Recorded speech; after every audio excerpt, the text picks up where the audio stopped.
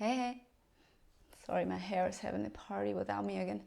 Okay, this video is going to be about the Min's game.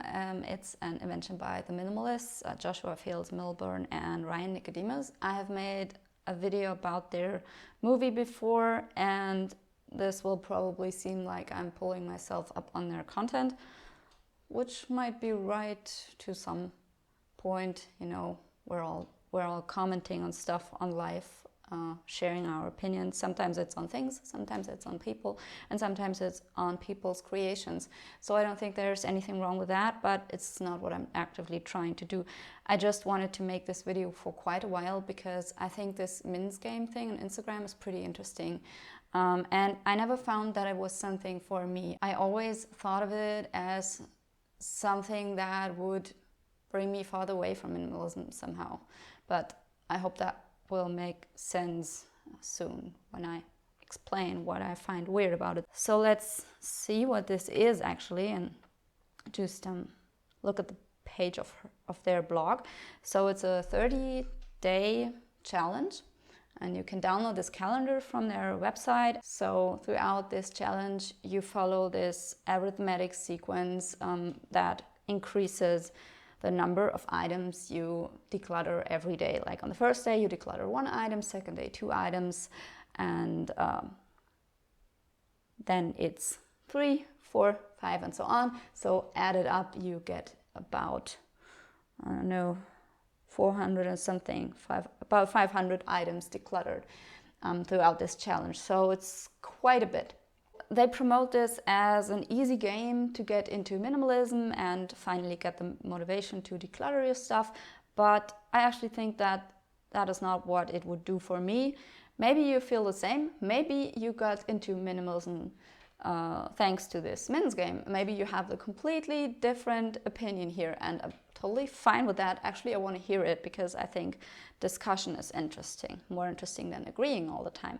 So first of all, I don't like that they suggest to trash some of your things. They say, like, whether you donate, sell or trash your excess, every material possession must be out of your house. That is the first thing I do not support about this, because first of all, I think it's more mindful to actually review your decluttering process after a while, and maybe even take back some of these things. You know, like it's unlikely that you will take back the most of it, but there might be some items you will second guess, and if you don't have the option to bring them back, yeah, that's more radical and more efficient if you just think of the decluttering process and the outcome. But I'm not so much focused on this outcome, but more like on the process and what you get from it. So for me, I'm more like a donation box person. I have this box, and in my donation box I put the things that I want to get rid of, and at the end of the month I look at it again and I think, like, okay, do I really want to get rid of this, or do I still need this? And I try to do that in an objective manner, as much as that is possible, because humans aren't objective. Anyway, that is what I would do. And I think that in the minimalism community, and I also get this vibe from a lot of people that like Marie Kondo's method, I think there is this bias that if you don't get rid of things right away and for good, you might relapse or something, and yeah, it's not really minimalist, or it's not really that cleansing or whatever. But I don't think like that. I think if you really go through this process with an open mind, you should be open to all sorts of outcomes. Like, even if you find that something's a mistake, was a mistake to declutter this, and you want to have it back, and to be strong enough to say, yeah, I actually want to do that. I don't just want to accomplish some number or some outcome. Okay, now that is one thing. But the other thing is the arithmetic sequence this is following, because I do not think that this is the best way for the human brain to deal with clutter in this just straight increasing way. I don't think that is a good strategy. I will show you why.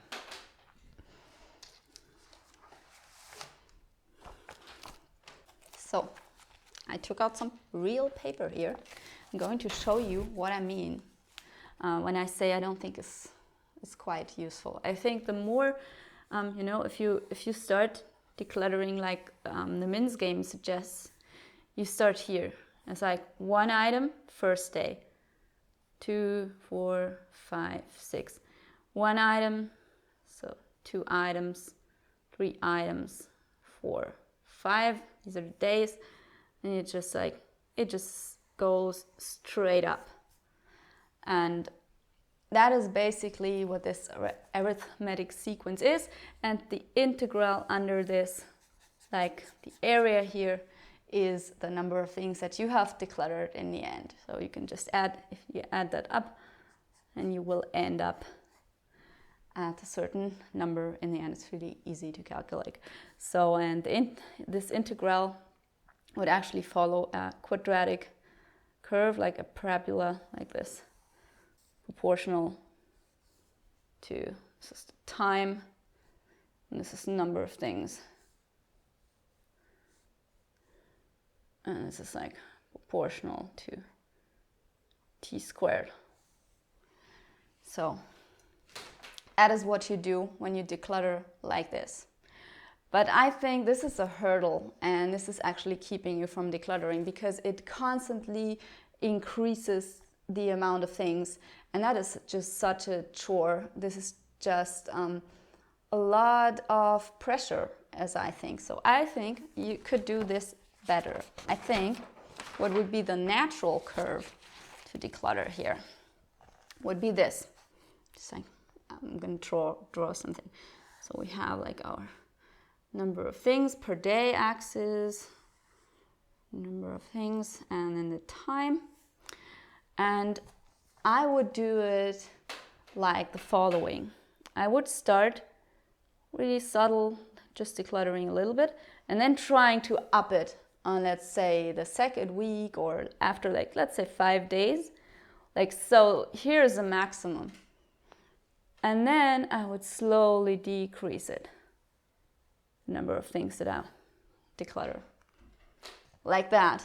I think, and this is just an idea of mine, it hasn't been proven, no one has measured that. Or maybe there are some studies on some other psychological issues that could explain why I think this works. But for now, just try it, you know? Because if you are trying Min's game and you're saying like, oh, I'm just going to try Min's game just like that, no one has actually proven that it works, just all anecdotal, well, make some other anecdotes. Let's see if that works better, because I think it does. And here's why. So you just get to this maximum. Like on the first day, you might not be, you know, you might not want to declutter so much. You might find it exhausting and just, yeah, maybe you're not in the mood yet. So you're getting in the mood, you're getting in the mood, you're getting in the mood, you're getting in the mood. And then on the top of your game, you're like highly motivated. You get going slowly, and you get going. And then at that point here, you're at the top of your game, you know. And then what you do is you declutter the most annoying things here that take up the most space. Yeah, you start with the easy things, and then you work your towards the more heavy things. Get rid of quite a lot of things on this day, maybe day 5, depends.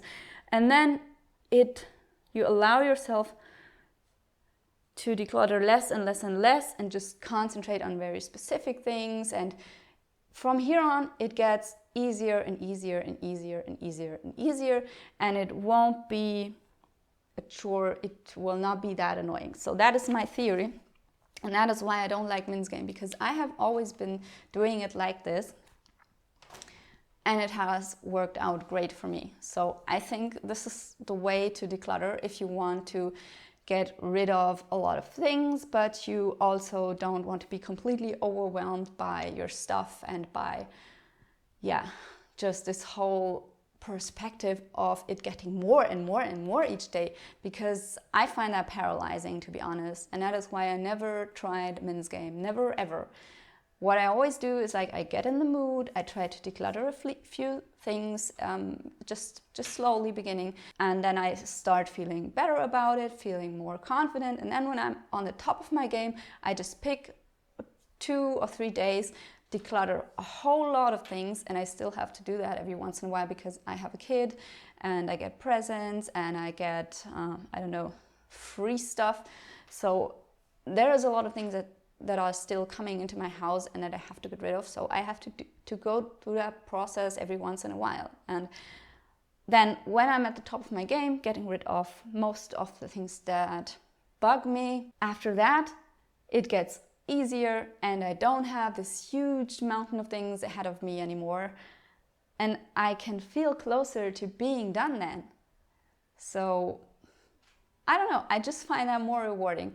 I would love to hear what you think of my theory of decluttering and if that would be something you'd be interested in. And you might even, you know, you can make a sketch like that and just, you know, pick a number and then draw something like that on a sheet of paper and just draw something like that and adapt the numbers. Like if this is like, I don't know, 10 big things that you really want to get rid of but you don't feel ready, put a 10 here and then put an 8 here, put a 2 there, you know, and just like adapt these numbers. You can see this curve, it's a pretty basic curve. So just try that and then let me know what you think. Maybe I should do some sort of calculator app to and then you plug in your maximum and just get this curve. I don't know. Nah, that's too nerdy, right? Anyway, and that's it. It's the end of the video. I'm done. Go declutter stuff. Have fun.